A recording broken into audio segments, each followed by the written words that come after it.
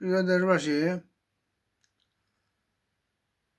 বাংলাদেশে বিভিন্ন জিনিসপত্রের দাম একটু একটু বাড়তেছে, যতটুকু আমরা সংবাদ পাইতেছি।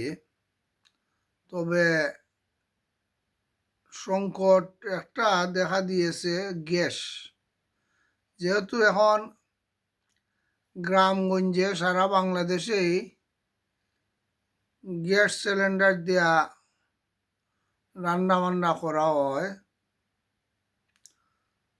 এখন হঠাৎ কইরা গ্যাসের দাম বাড়ি গেছে। যেখানে আগে 1200 1250 একটা গ্যাসের বোতল পাওয়া যেত, এখন কোনো জায়গায় 2000, কোনো জায়গায় 2500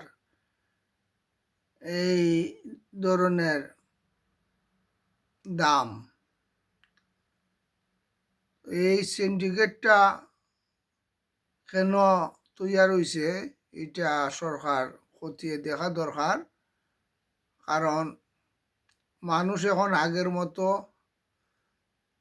লাকড়ি চুলা দেয়া রান্না করে না, যার কারণে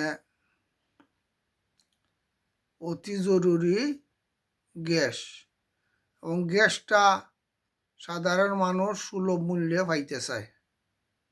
ধন্যবাদ।